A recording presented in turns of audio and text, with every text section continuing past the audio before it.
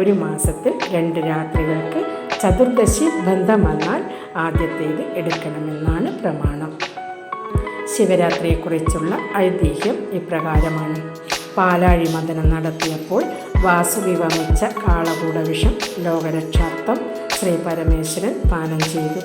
ഈ വിഷം ഉള്ളിൽ ചെന്ന് ഭഗവാന് ദോഷം ഭയന്ന് പാർവതീദേവി ആ കണ്ടത്തിൽ മുറുക്കി പിടിച്ചു. വായിൽ നിന്ന് പുറത്തു പോവാതിരിക്കാൻ മഹാവിഷ്ണു ഭഗവാന്റെ വായ പൊത്തിപ്പിടിച്ചു.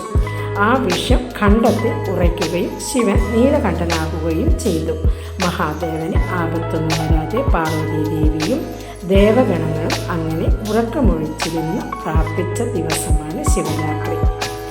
ശിവരാത്രി വ്രതമെടുക്കുന്നവർ തലേ ദിവസം ഒരിക്കലെടുക്കണം.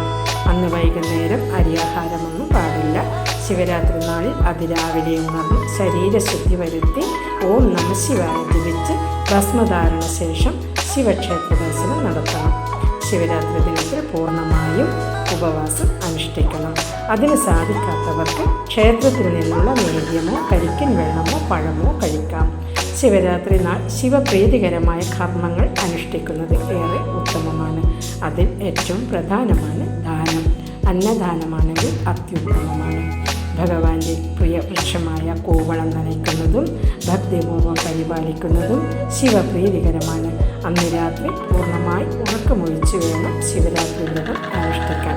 പിറ്റേന്ന് കുളിച്ച് ക്ഷേത്രത്തിൽ തീർത്ഥം സേവിച്ച് വ്രതം മുറിക്കാം.